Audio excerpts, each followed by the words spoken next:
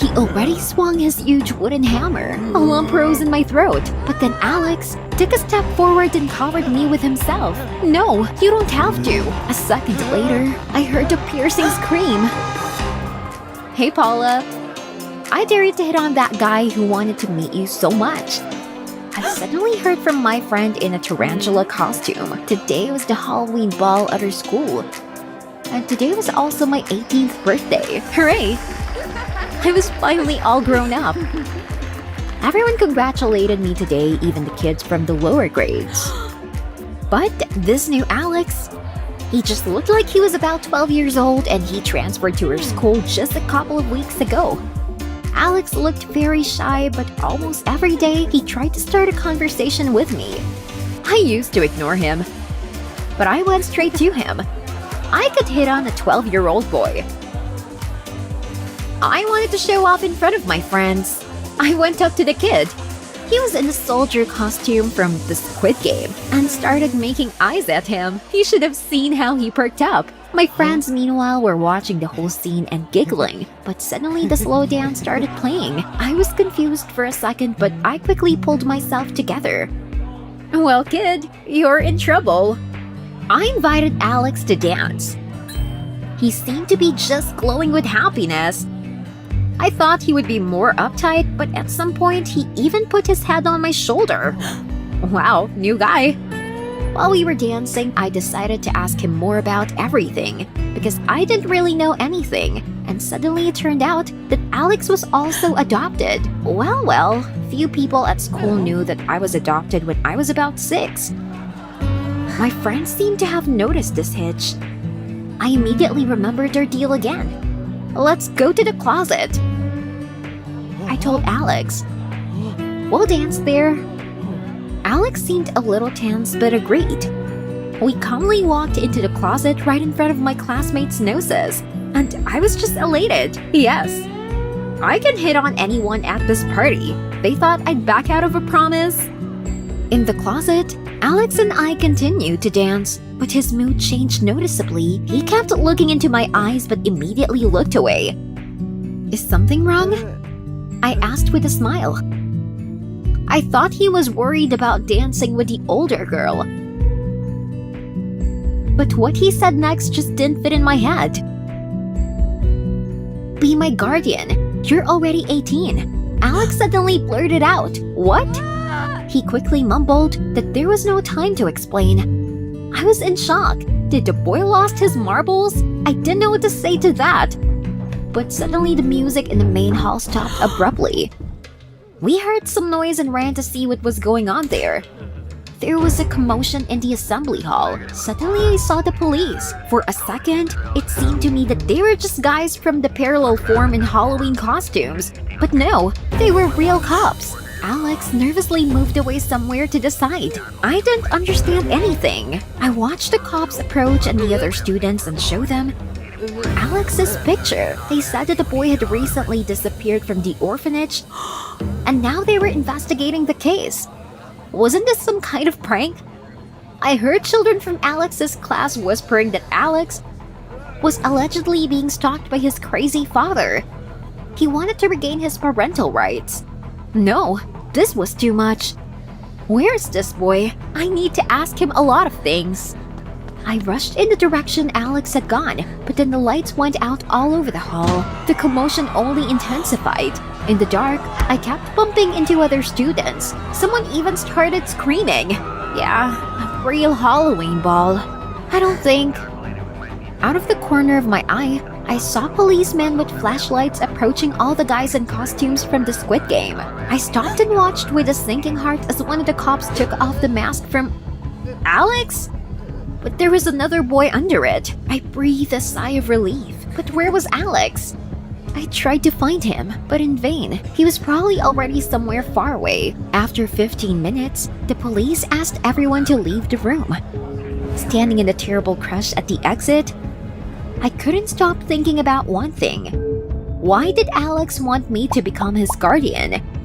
This thought did not leave me all the way home. I was already approaching my yard when I suddenly heard someone quickly catching up with me. Fragments of phrases about the crazy father immediately appeared in my head. A lump rose in my throat. "Hey, Paula," I suddenly heard a friendly voice. I turned around and saw Alex. "Where have you been?" "I've been looking for you all evening." Alex hesitated for a moment. "Were you really looking for me?" he suddenly asked. I nodded impatiently. "I need to tell you something." Alex looked me straight in the eye. It was obvious that it was difficult for him to cope with excitement. For a second, it seemed to me that he would now confess his love to me. But Alex said something much more shocking. "Actually, we are siblings." I had spent all my money on a bribe in an orphanage to find out. I couldn't believe my ears. Yes, I knew for a long time that I was adopted. But was this boy my own brother? It just didn't fit in my head. But I immediately caught myself thinking that we even looked alike. Alex meanwhile continued. He told me that a month ago, his foster mother died and bequeathed him a good inheritance. But his crazy father found out about it. Our crazy father, to be precise. Alex corrected himself. Meanwhile, I couldn't believe that all this was happening for real. As soon as the father found out about the large inheritance, he immediately decided to restore his parental rights in order to get it. At first, his attempts were quite innocent. He came to Alex in the orphanage and even brought some gifts. But Alex didn't fall for it. And then this madman finally went crazy. He decided to forcibly return his parental rights by all means. Alex was forced to flee from the orphanage. But his father found him and was now following him. "I wanted you to become my guardian, because I have no one else left at all." Alex looked away.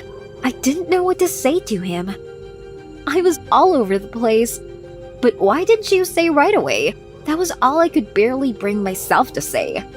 Of course, I wouldn't leave my brother in trouble, but I didn't have time to finish the sentence. Suddenly, a silhouette jumped out at us from behind the bushes near my house with a wild scream. "Scum!" he yelled. "Dad!" Alex only whispered in confusion in response. But this creature didn't look much like a human. The psychopath had madly rolling red bloodshot eyes. And he had in his hands a huge wooden hammer. It was immediately clear that nothing would stop him on the way to his goal. My legs began to tremble.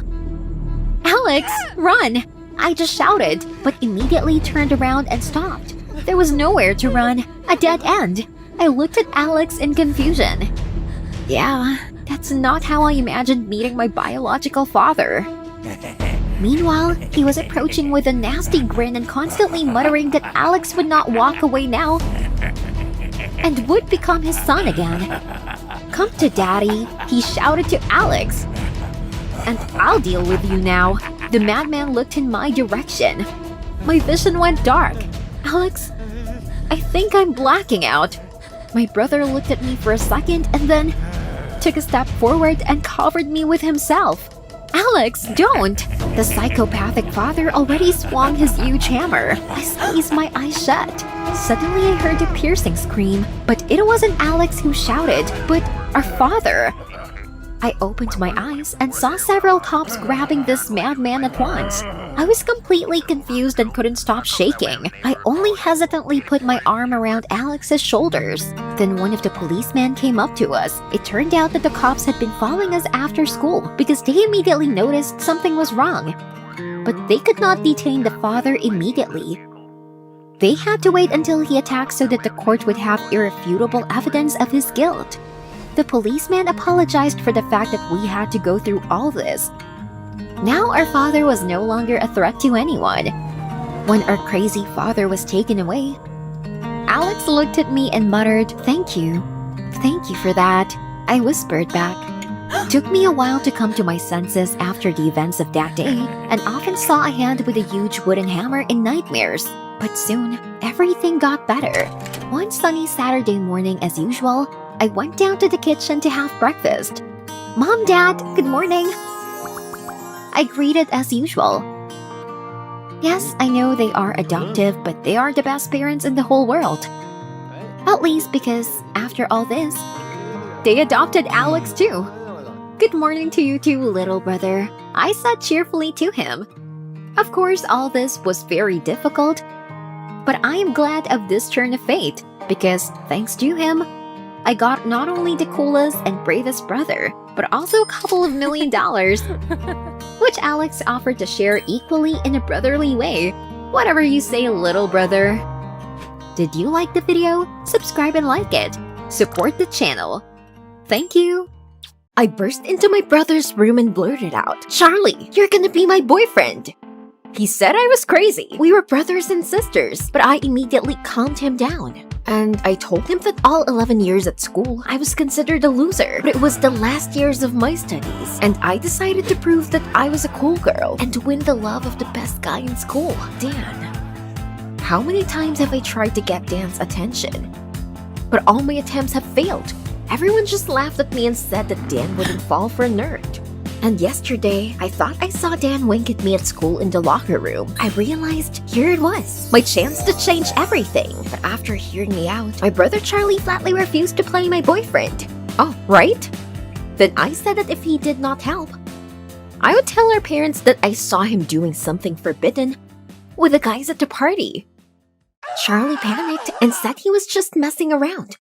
And I replied that if our parents found out, they would probably send him to a clinic for treatment. Then he would not have a sports career. He added that he did not expect such a vile blackmail from me. After that, Charlie sighed and asked what to do. The plan was this: I would catch Pretty Dan after school, and when we left school, Charlie would treat me with a bouquet. Dan would get jealous and finally fall in love with me, a trick I read about from a pickup coach. We don't look like brothers and sisters. You are a blue-eyed blonde, and I am a brunette with brown eyes. Charlie nodded curtly. After school, everything went as it should. I found Dan, and when we left school, Charlie was waiting for me with a gorgeous bouquet. I hugged my brother, and out of the corner of my eye, I saw how much Dan didn't like it. He was definitely jealous. It worked. Suddenly, a blonde girl came up to us, and Dan quickly left with her. What was that just now? Was she his girlfriend? I immediately told Charlie to follow them. Charlie said that he didn't like the guy and that he would go after him, just so I wouldn't be in any danger. Come on, you don't know him at all. We watched Dan and his blonde girl carefully, and at one point, they went into the park. The path gradually narrowed. We had to fall far behind to avoid being noticed. And Charlie was always stopping and showing me some leaves. After another leaf, I suddenly realized that I didn't see Dan. Damn, did we miss them? It's all because of you, Charlie. I was frantically trying to figure out how to find them when I suddenly saw a Ferris wheel nearby. Bingo! From this height, we'll find Dan quickly. The queue for the wheel was long and I was nervous. Charlie tried to calm me down and even brought me cotton candy. How did he know I loved it? Then it was our turn, and the controller offered to take binoculars. Of course, give me. It will be very useful. We started going up, and I looked through the binoculars for Dan, and Charlie kept saying it was a stupid idea. And then I finally saw Dan on one of the benches. He was having a nice chat with a blonde. We just need to go down there and eavesdrop on their conversation, but the wheel was moving so slowly. Suddenly, we rocked, and for a second, Charlie and I were so close that our lips almost touched. And for the first time, I saw his deep blue eyes so close. Wow. But I immediately pulled away from him. There was an awkward silence in the air. When we finally got down, I noticed that Charlie looked sad. I pretended that nothing had happened and said that we needed to get to Dan faster. I hoped he was still sitting on that bench. We made our way to them and crouched in the bushes behind them, where we could hear the conversation clearly. At first, they were talking about all sorts of nonsense, but suddenly my name was mentioned in the conversation. I was glad that Dan was thinking of me. But he only laughed at this masquerade with flowers. He didn't believe Charlie was my boyfriend. I was annoyed that my plan had failed. And then Charlie began to pull me aside. Charlie, what's this for? Looking down, I noticed a snake near my leg. Charlie caught himself and threw it back with a branch, but Dan had already got up from the bench and was walking towards the bushes. He heard my cry. Charlie suddenly howled like a huge dog. Dan immediately recoiled, and he and the blonde hurried away. Thank you, Charlie. As soon as we got home, I locked myself in my room and spent half the night coming up with a new plan. But I kept thinking about the moment on the wheel. I couldn't think of anything but Charlie's deep blue eyes. We almost kissed. And then I got an idea. We could kiss in front of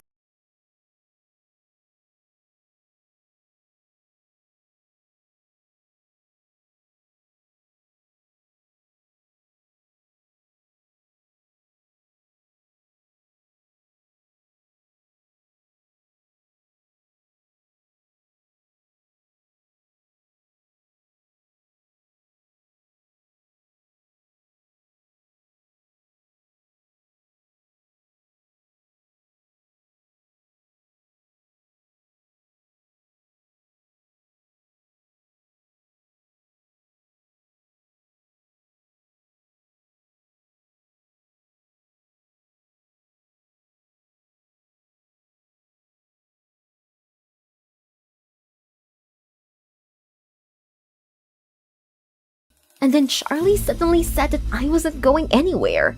No, I said. I'm coming to this party. Then Dan and Charlie exchanged an unfriendly look, after which Dan nodded and left. I immediately snapped at Charlie. What are you doing? Why did you really kiss me? Charlie deadpanned that he just wanted to help. Then make things realistic. Then I thanked Charlie coldly and told him that his help was no longer needed. I turned around and went home. The party was already today, and I needed a cool look.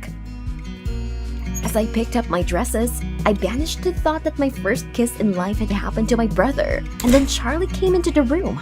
He was about to say something, but when he saw me, he stopped in mid-sentence, and then he said with a delight that I was stunning. I felt myself blush, turned away, and firmly stated that I was in a hurry, and quickly left. I was looking forward to a great evening with Dan, but he immediately disappeared somewhere, and I was left alone. Everyone was having fun, and I was very lonely. I thought Charlie would support me now, but I stopped myself. At that moment, Dan came up and said that he had a surprise. Before I could answer, Dan pulled me along. Everyone parted, and then I was standing in the center of the room. Dan asked me to close my eyes, and suddenly something nasty was poured on my head. I looked up and there was a bucket of slop hanging from the ceiling. Everyone burst out laughing. Dan, why are you doing this? At that moment, he threw a glass of juice at me and said that no one liked such crazy nerds, much less him. Then Dan added that I was trying to make him jealous by kissing my brother. He was onto us from the start. Boo! The cheerleaders immediately boomed. You're just a jerk and she's the best girl on earth. I heard a familiar voice. Charlie? But what was he doing here? Charlie said quietly that he didn't like Dan right away. He was worried and decided to check on me. I pushed everyone aside and ran out into the street, with Charlie running after me. I was choking on tears. I embarrassed myself in front of the whole school. Charlie tried to calm me down and told me that Dan wasn't just worthy of me. Through my tears, I asked, and who is worthy, Dan? And then Charlie came right up to me and told me that he had been in love with me since childhood and no longer wanted to hide his feelings. That's why he took up sports, to try to drown out his feelings. It helped for a long time, but the incident on the Ferris wheel reminded him of everything. I couldn't believe it. Charlie, are you sick? You're my brother. I staggered away from him and ran away. My mind was all mixed up. He was my brother. We needed to stay away from each other. I didn't want to see Charlie, and I didn't want to be around him. And then I remembered about something forbidden. I ran home. My parents were shocked by my appearance and began to ask what happened. But I blurted out everything to Dad about the party where Charlie was using some illicit drug. I said that he needed urgent treatment and that they should take him to the clinic. Dad was furious, and at that moment, Charlie ran home, out of breath. Dad told me to go to my room and ordered Charlie to sit down at the table. I was hurt and ashamed. It seemed like I'd made a terrible mistake. I couldn't sleep all night. One minute, I wanted to go into Charlie's room and hug him. The next, I wanted him out of my life. The next morning, I woke up to a loud slam of the door. I ran to the window. Charlie was walking to the bus stop with his bag. I looked at him for the last time, and suddenly something inside me seemed to shrink. These feelings are terrible, but I can't lose him. I rushed down to my parents and blurted out that Charlie and I were in love. There was a pause. I thought they would begin to say that I was crazy and also lock me up in some kind of an asylum. But Dad didn't just say anything. And then suddenly, he hugged me and said that he and my mom had guessed that this could happen. What are you talking about? And then Dad said that they didn't want to talk about it, but it looked like it was time now. My parents adopted me when I was a year old. It turned out that Charlie knew everything, but they asked him not to tell me about it. I was shocked. It turned out that all this time, Charlie was not my brother. But then it dawned on me that this meant that Charlie and I could be together after all. Hooray! I immediately ran out of the house. My parents shouted after me that I would not make it. The bus was about to leave, but I didn't care. For the first time in a long time, I was happy. While I was chasing that vile Dan, my true love was so close. A bus stop was around the corner, and I saw Charlie on the bus. I started to scream, and then Charlie noticed me. He ran out of the bus as fast as he could, and I immediately threw my arms around his neck. We're not siblings. I know, he didn't want to tell you, so as not to hurt you. Charlie gave me a big hug, but the bus gave the signal to leave. Charlie opened his arms. Please don't go away. After all, now we will be together. Despite my tears, Charlie got on the bus. I was amazed. Why was he leaving? But Charlie took his bag from the salon and calmly walked back to me. Actually, I was on my way to the workout, but if this is the case, I can skip one. How? I thought you were going to the clinic. Charlie laughed and said that he settled everything with his father. He gently took my hand and suggested that we take a walk in the park. And I said I wouldn't mind another ride on the Ferris wheel. Hi, my name is Anna, and I discovered a shocking secret my parents have been keeping from me for years. How did I discover what was going on? Well, I hid underneath my mom and dad's bed, but that didn't work. I knew I needed to be able to see what they were doing instead of just hearing it, so I ended up changing my plan. You'll be shocked by what I managed to find out. Let me start at the beginning. So, my mom and dad are really well off. Dad was an analyst for a big IT company, and he was paid hundreds of thousands of dollars every single month. My mom owned a big bakery store that sold so many delicious cookies. They truly were the cutest couple you could ever meet. But before moving on, hit that like button and subscribe. This will let you live 10 amazing years longer. Trust me, it works. I was their only child, and I really adored them. Mom and Dad were the best, and they offered me a great life. They were super loving and kind toward me. But, well, it's kind of strange to say this, but there was something odd about them. Like they were keeping a secret that they couldn't tell me about.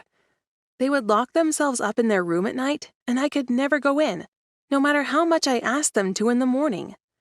They refused to tell me what was going on in their bedroom. My friend said that it was normal for parents to want to be alone, but I knew there was more to it than just kissing or something icky like that. I heard these odd little noises at night. No matter how much I thought about it, I never could figure out what was going on. It was so strange, and my curiosity grew bigger and bigger every single night. Well, I had tried asking my parents about it, but they refused to tell me about it over and over again. I decided that if they were so stubborn about it, I would have to take matters into my own hands. So after thinking about it for a while, I decided that I was going to sneak into my parents' bedroom before they closed the door and hide underneath their bed. I thought I was so clever. But soon I discovered the big fault in my plan. I could hear everything, yes, but I couldn't see a thing. If I tried to peek my head from underneath the bed, they would see me. Sure, I hear lots of noises, but nothing that explained what was going on. I thought that my parents were wrestling or doing something funny, but I still didn't know for sure. So, after a few nights, I decided to change up my plan. Instead of hiding under their bed, I decided to hide in one of their closets. There is something you need to know to really understand how what happened next could occur. I rarely, if ever, stepped into my parents' room. It was sort of forbidden, though they didn't actually say it out loud. They just locked the door whenever they weren't there, and they walked me outside whenever I went in there. They would distract me with other things so I wouldn't make questions about what was there. When I stepped into the closet, I realized something wasn't right. Surely my closet looked nothing like that one. There weren't any clothes hanging there, and it was really big. There were lots of pillows and some games. There were also books neatly placed on the floor. It was like a tiny room rather than a closet. That was so strange. When I was ready to begin looking around the closet, my parents stepped into the room, so I had to be super quiet and still. I peeked out the closet door and almost screamed. I couldn't believe my eyes. They had a very small boy with them. It was like a little kid or something. I had never seen him before, and I didn't know I had a sibling. After all, I was supposed to be their only daughter. Imagine how shocked I was. My parents were cooing over him and treating him as well as they treat me. They entertained him with fun stories and fed him dinner. It was all so strange. I kept quiet somehow and heard them talking about the boy's upcoming birthday. I couldn't believe it when they said the kid was actually 13 years old. He was older than me. I didn't have a younger brother, but a big one. Taking a good look at him, I realized that he wasn't a little boy at all.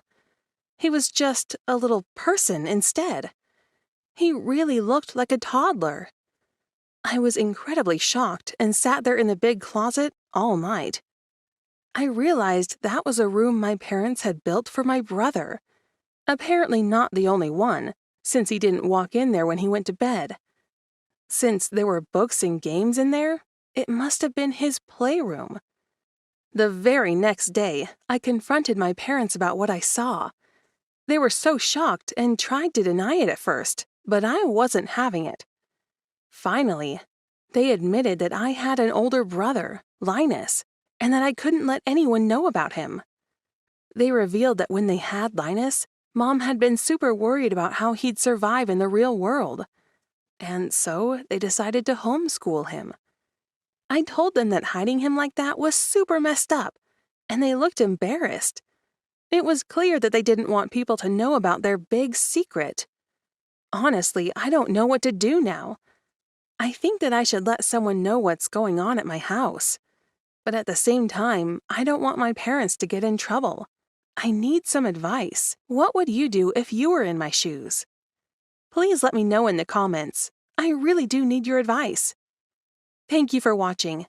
Don't forget to subscribe and check out other videos on the channel.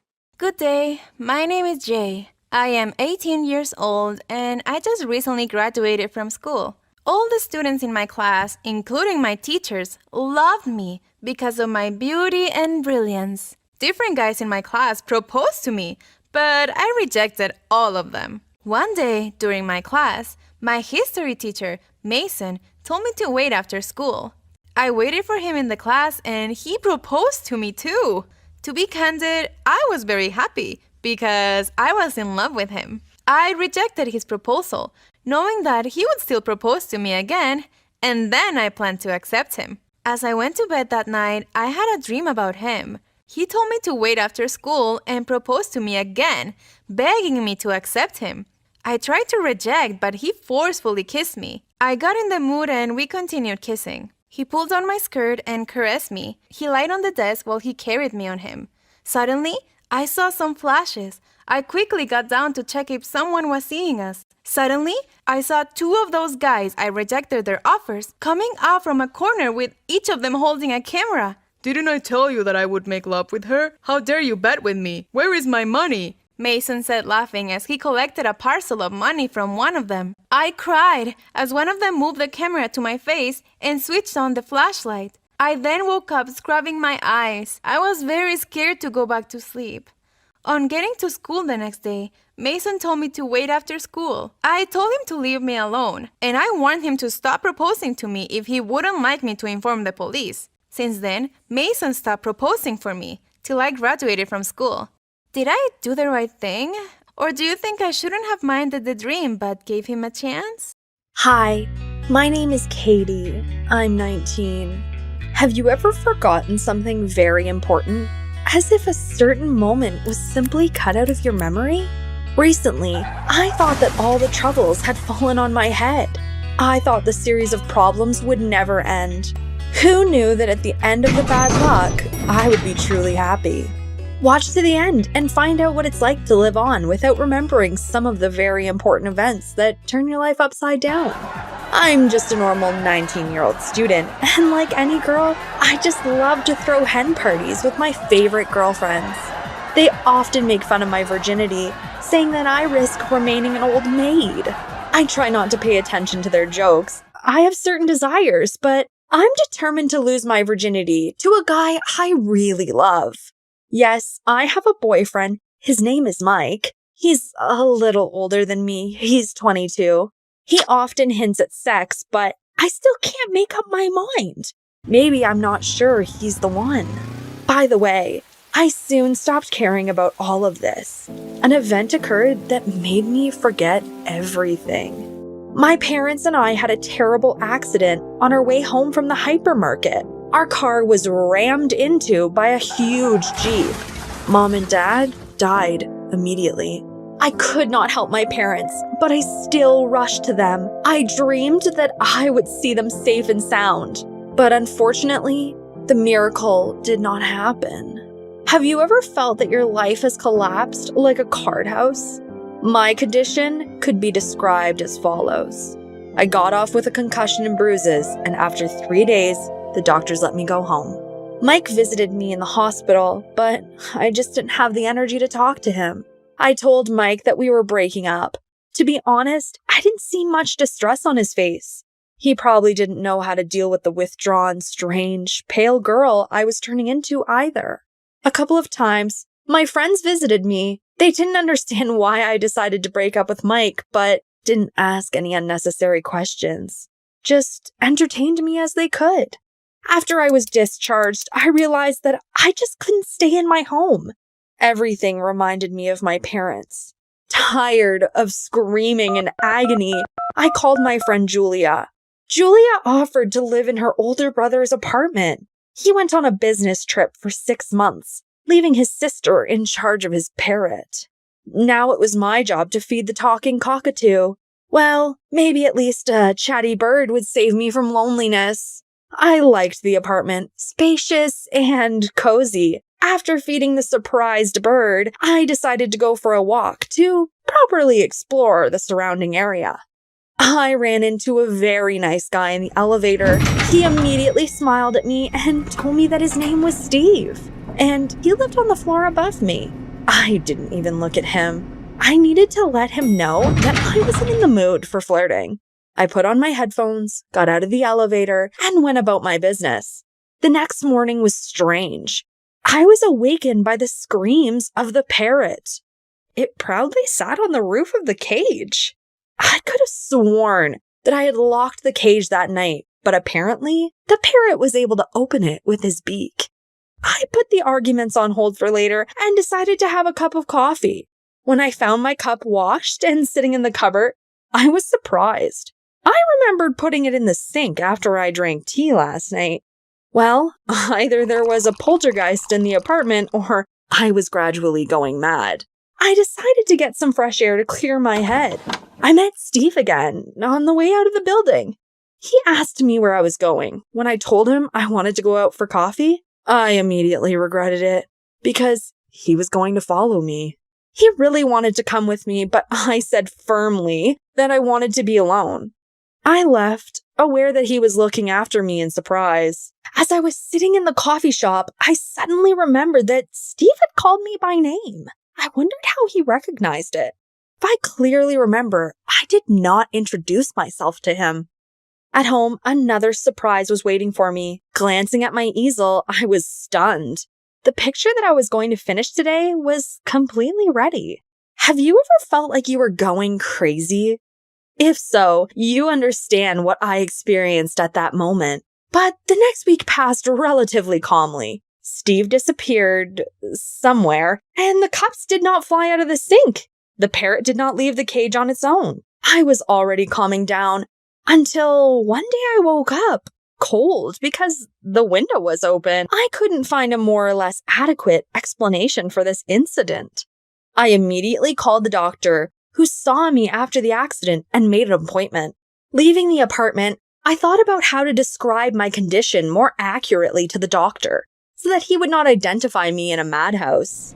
I met Steve again in the elevator. He was acting strangely. He smiled, suddenly grabbed me by the wrist, and tried to kiss me.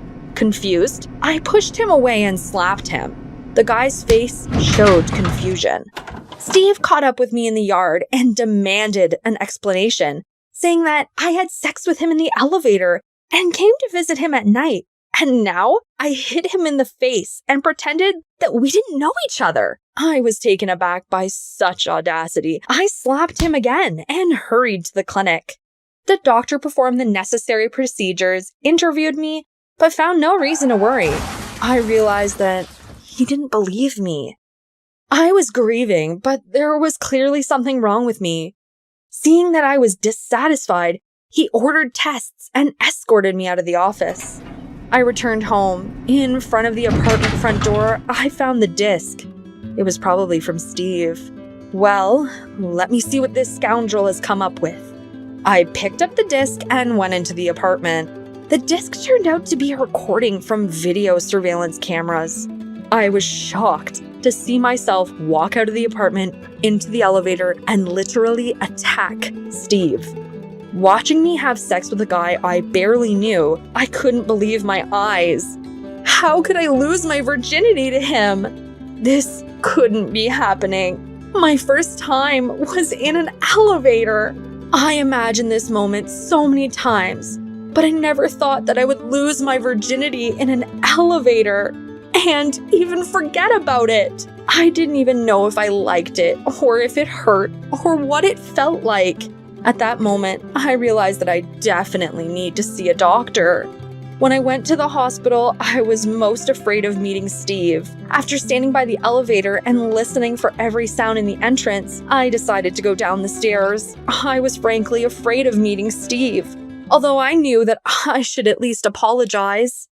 I wanted to consult with my friends, but in this case, I would have to tell them everything honestly. And then my gigglers would get tired of making jokes about the fact that I could only lose my virginity so strangely. This time, the doctor took my complaint seriously, and I even brought a disc with me. With a noticeable frown, the doctor said that the concussion had caused me to lose my memory. After receiving the prescriptions, I went home in a daze. A bouquet was clutched in the door handle. The flowers lifted my spirits. I felt terrible after my visit to the doctor. The flowers were accompanied by a note from Steve. He invited me to visit, saying that we need to talk. I decided to find out right away. I plucked up the courage to go up to his apartment. Steve was ready for me. There was a huge cake on the table and a kettle was beeping on the stove. We had tea. Steve told me that he was an orphan too, because his parents had died when he was a baby. He was 21, he was engaged in design, and was going to get a dog. To reassure me of his honesty, Steve showed me photos of us together, which, of course, I didn't remember anything. Looking at the smiling guy with the parrot on his shoulder, I suddenly realized that I didn't feel the same way or irritation towards him. And in my heart, I was even glad that fate had brought us together in such a mysterious way. I was terribly shy, not knowing what to say next. Apparently, we had sex more than once, and I blushed during tea. To lighten the mood, Steve invited me to a party that night. We smiled at each other, and at the door, we even kissed each other on the cheek, and both laughed. I suddenly felt light and calm. Of course, I would come to the party if I remembered, although Steve would remind me. I still have a lot of work to do on myself, but I was glad that thanks to this strange story, I now have Steve. If you like my story, then like and subscribe to the channel. And remember, love and be loved.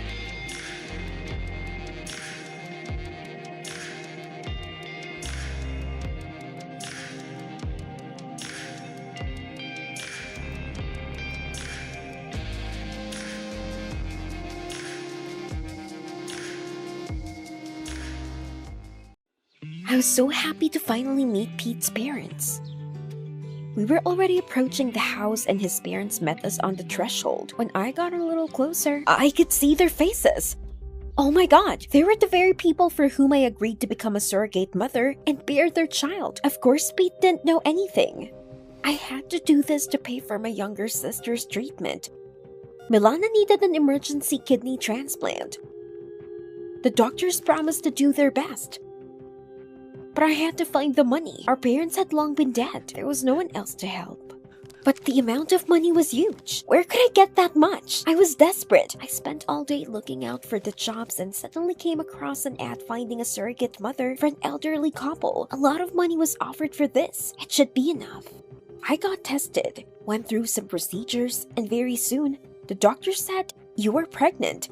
I couldn't believe it. I'd done it, but I was willing to do anything to save my sister. When my parents were gone, we were all alone and promised to help each other and stay together. I received a large amount in advance and immediately took the money to the clinic. I didn't tell my boyfriend Pete about anything. I was afraid he would leave me right away, so he didn't notice. I had to lie that I was going out of town for a year, preparing for college. It seemed he believed it. Pete was my first love. I wanted to marry him, and now he introduced me to his parents. It was so exciting. So much for an acquaintance. Who would have thought that I was carrying a child for them? In a panic, I told Pete that I got food poisoning, turned around and ran home.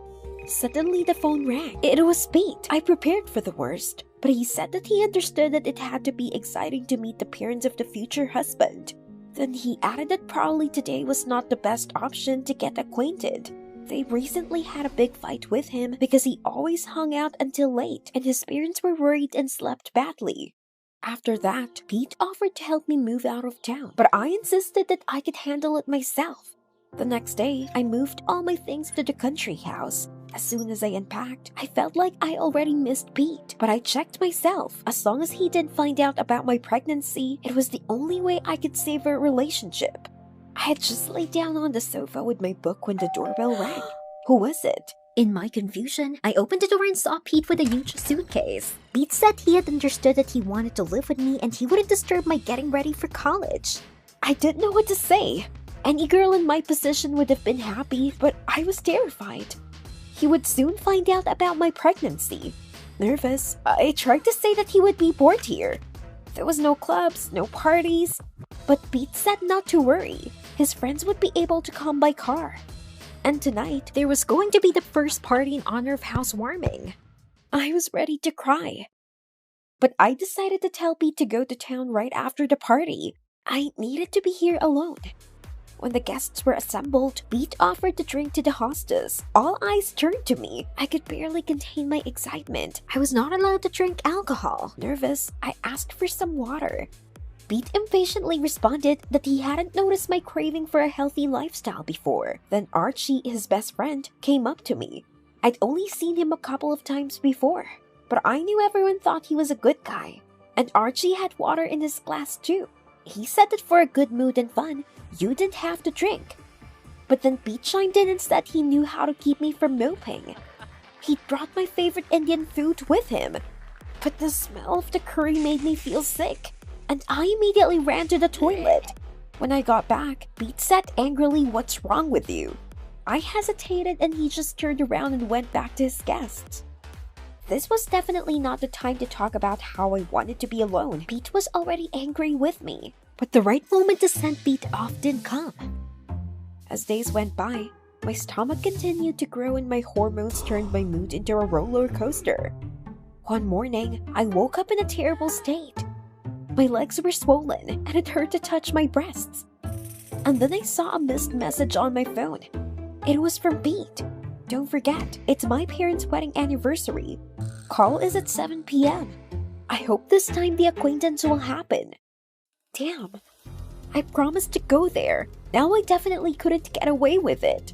So I needed to make sure they didn't recognize me. In desperation, I put on an old stretched-out sweater. I tied a handkerchief over my head and put on sunglasses. Pete came back and glared at me. Was I going to wear this? But I hastily replied that there was no time to change. Pete's parents were looking at each other strangely all through dinner. Did they recognize me after all? And in the end, his mother said that they had good news. Soon, they would have a child. Pete was taken aback. He didn't understand how this was possible at her age. But his mother stammered out that he had found an excellent surrogate mother and she was already carrying his future brother or sister. So they didn't realize it was me. And then Pete remarked with a chuckle that only idiots would agree to carry someone else's child for money. What did he understand? I screamed that he was wrong, and barely holding back my tears, I ran out into the street. Pete caught up with me and told me that he was finally tired of my whims. You know, we'd better separate and take a break from each other, he said. What? Pete added that he wanted to stay with his friend Archie, the guy from the party, for a week. It hurt me to hear that, but maybe it was even better. Because if we broke up, Pete wouldn't see my stomach grow. At home, Pete packed up his things and left immediately. Archie was waiting for him outside the house. I went to take a bath to relax. Then I heard a noise in the hallway. Was Pete back? All my things were in the bedroom. He was going to see my stomach. I threw on a robe and decided to sneak into the living room.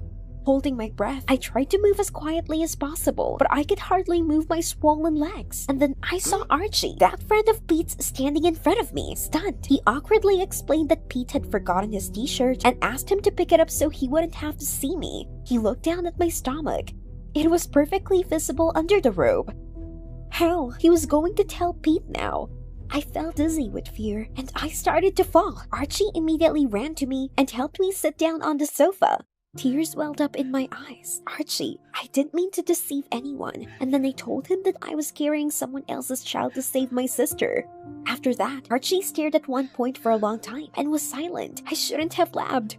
But then he said that the words had made him shiver. He said that if something happened to his loved one, he would also do everything to help.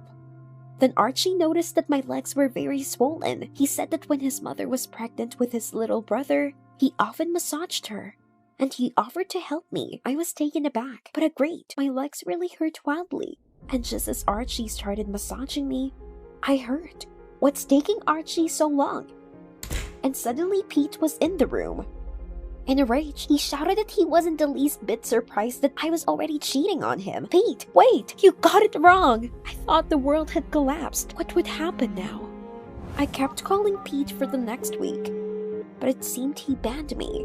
I was in a terrible state, but I knew that I needed to pull myself together, at least for the sake of my sister Milana. I tried to get out of bed, and then I heard footsteps downstairs. Pete? But it was Archie. He brought me a whole bag of fruit. I asked him about Pete. Was he still mad at me? Then Archie took my hand and told me that I didn't need Pete. Everything would be fine and Archie would take care of me. But Pete just got it wrong. I didn't cheat on him. I was only carrying a baby for my sister, and it had been so long since I had visited her in the hospital. And suddenly Archie said, "Then what are you waiting for? Let's go." I was sad to think that Pete had never been so interested in her. Pete would always say, "You need to switch," and invite me to another party. I agreed, and Archie and I went to the hospital, and only when I entered the room, I saw that my little sister finally came to her senses. But the doctor, standing next to Milana's bed, told me not to be too happy. Milana's condition was unstable, and the new organ might not establish, but the main thing was, she was already awake. Archie and I visited Milana almost every day. Everything seemed to be going well. She was rapidly getting better. At first, I was a little worried about how my sister would accept Archie, but it seemed that they quickly got along. They spent hours together discussing comics and drawing superhero makeup. I was so happy. I was surprised to see that I seemed to be getting attached to Archie too. We were on our way back from the hospital one day, and Archie asked me to stop by for dinner at a cafe. I hesitated because this was Pete's favorite place. I didn't know what to do, but I thought the whole Pete thing was in the past, and I agreed to go there anyway. As soon as we ordered, Archie, embarrassed, said that he had been very fond of me for a long time. I was confused, but Archie added that there was no way he could admit it, because of Pete. I felt my cheeks flush. And at that moment, I saw Pete enter the cafe. He had his arm around some blonde girl. How dare he? Then I got a message on my phone. It was from the hospital. The doctor wrote that the kidney still did not establish, and Milana urgently needed a new donor.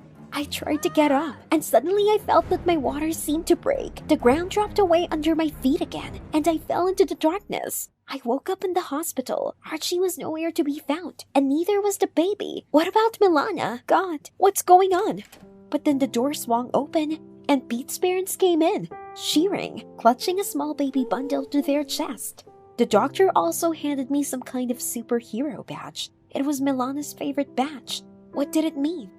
The doctor said that my sister had already recovered from the second surgery and even asked to pass me this badge as a sign of gratitude. I didn't understand anything. We made it? When did they find a donor? The doctor looked at me in surprise and said that it was my friend who gave his kidney. Archie? The doctor looked at the chart and nodded. Tears streamed down my cheeks. A month later, Milana, Archie, and I went to the ocean. I looked at the waves and thought how great it was when the difficulties were in the past. And now there was a new happy life ahead of the three of us. I turned to Archie and said, "Thank you, Archie. You're my superhero." Milana smiled cheerfully. By the way, the girl I gave birth to was named Milana. We sometimes visit her with the whole family. Did you like the video? Subscribe and like it. Support the channel. Thank you. Hi, I'm Diana. I'm 15 years old, and I love crows. Have you ever needed a friend's help? To borrow money, or to help with a test? Or to beat the offender? What if that friend was a crow? Watch this video to the end and find out what can repay the kindness of a smart bird. I have always wanted to have animals, but I was faced with the same problem, my dad. My dad is a unique person who combines 50% anger, 30% rage, 19% stubbornness, and just 1% sanity. That's my dad. Once, we had such a severe winter in our town that even people in fur coats were cold outside. But I had to get out because I remembered that I hadn't parked my bike in the garage. And next to it, I saw a crow. It was injured. There was something wrong with its wing, and it was limping. I thought that it would not survive in this weather, and I shivered. Oh, I could get into trouble for this. I grabbed the crow and, cursing under my breath, carried it into the house. Dad raged all night, but for once, I didn't listen to him. The crow would die if I threw it out, and I didn't want to kill animals. Have you ever stood up for your principles in the face of a man who could break you in half? Ugh, what a feeling! I suggested Dad to wait until spring, and in return, I would not let Quasi, as I called my foundling, out of the room. Dad didn't like the idea. He said he wouldn't wash bird droppings. But I, after all, was also very angry and stubborn, and I could insist on my own.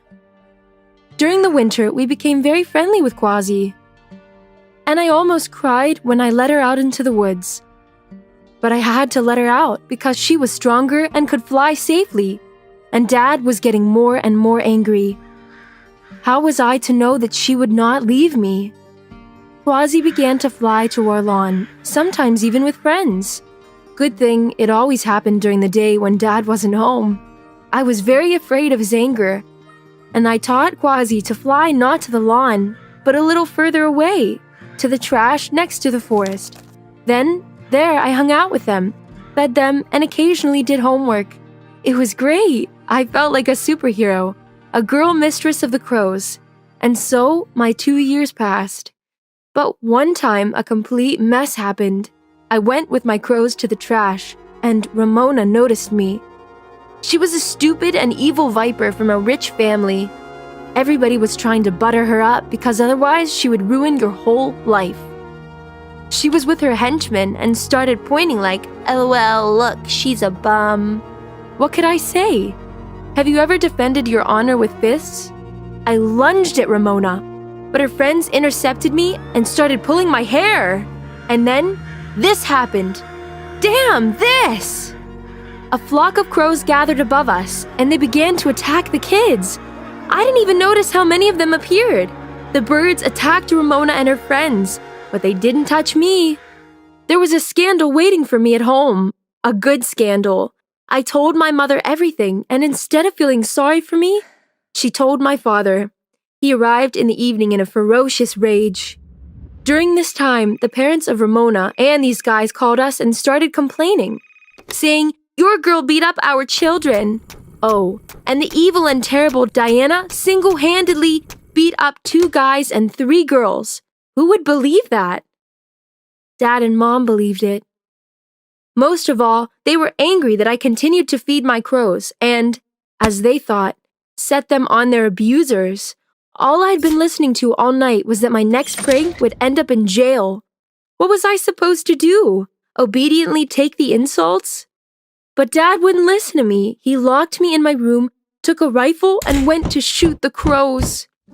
I only heard 2 shots, but each of them wounded my heart. What if he had killed the Quasi? Why were they doing this to me? I hated them. The attacks on me at school only increased. I was called Queen of the Trash. And one of Ramona's assholes stuffed a crow's corpse into my backpack. I started running away from school in tears. And I really didn't want to go home, but I had to. My father organized a kind of house arrest. Well, so that my mother immediately picked me up from school and did not let me out on the street later. I was angry. They drove me crazy. Have you ever felt that the whole world is against you? That no one wants to understand you? I was crushed these days. But one day, I saw Quasi again on the lawn. We didn't see her again until the summer. Probably my smart girl realized that there was no one else at home and decided to beckon. She looked at me and jumped a little ahead. I left the house and followed her. Quasi led me to a house in the woods, and there I saw a bunch of crows and a boy my age, maybe a little older. Quasi sat on his shoulder and he asked what I was doing here. I told him about Quasi, and the boy was relieved and happy. He said that his name was Jamie, and that he was the owner of Quasi and the other crows. Jamie and I quickly found a common language. He fed them and trained them, just like me. And he was laughed at school too. It was great to find someone with similar problems. We started meeting, talking. He taught me how to train crows, and in general, he turned out to be a good friend. I almost believed that something good could come into my life. Alas, a couple of months later, my parents announced that we were moving to another city. And it was my fault, they said. I ruined our family's precious reputation. I shouted back that I would rather live in a dumpster and ran into the woods in tears. I met Jamie there. The news upset him as much as it did me, and he said he had a present for me then. I swallowed my tears and thought resentfully, when would he have given this gift if I hadn't turned out that we were going to break up? But all my skepticism went out of my head when he brought me a beautiful silver ring with a raven's head on it. He said that it was his mother's ring, that it had become too small for her, and that she'd allowed him to give it to the crow's friend, as she called me behind my back. I cried even more, and promised him that I would never forget him without the ring. But I didn't refuse from it. For some reason, I felt I had to keep it. What would you do if your parents drastically changed your life without even asking for your permission? Parents are not classmates. You can't just go over and fight them. So they always take a high hand over their children. I let them move in, but I didn't let them get the crows and Jamie out of my heart. I was waiting for the call, for the letter, for anything. I spent days looking at the ring and thinking of my best friend and our crows. Nothing. Silence. A complete zero. But you know I'm not one to give up easily. A year later, I came to the city when I started my vacation. A school friend let me stay, and on the first day I told her, okay, I'll go to Jamie. To whom? She asked. To Jamie. What's the problem? Lucia hesitated for a long time, and finally told me the terrible thing, after which I fell into a chair. It turned out that Jamie died just a few months after I left. He climbed to the roof to fix it and broke his neck in the fall. His mother left town because she couldn't live in a house that reminded her of her son. I was speechless. So that's why Jamie didn't write to me. I should have known that I should have come as soon as it happened. But how could I know? I cried all evening and all night, and the next morning, I rode my bike to Jamie's abandoned house. The crows were still nestling there, and I swear to you, they were happy to see me. The house barely appeared on the horizon, and they were already rushing toward me. They surrounded me and cawed loudly, as if asking where I'd been for so long. I looked at the ring, then at the sky, and realized that if a person's soul didn't go to heaven, then it had to become a bird. And maybe Jamie, my best friend, got lost among those crows. I went back to my new home, but I didn't forget my friends. I am determined to connect my life with the birds, in memory of Jamie. Recently, my mother apologized to me for all that time. I don't know what made her do it, but I told her about going on vacation, and for the first time, I was able to cry properly. And my dad? Well, I'm sure I took after him in my stubbornness. One day he will say, "I'm sorry" to me, but I don't think it'll be for a long time. Did you like the story? Then hug your pets, put a like, and other viewers will see it. And don't forget to subscribe so that you don't miss our new videos.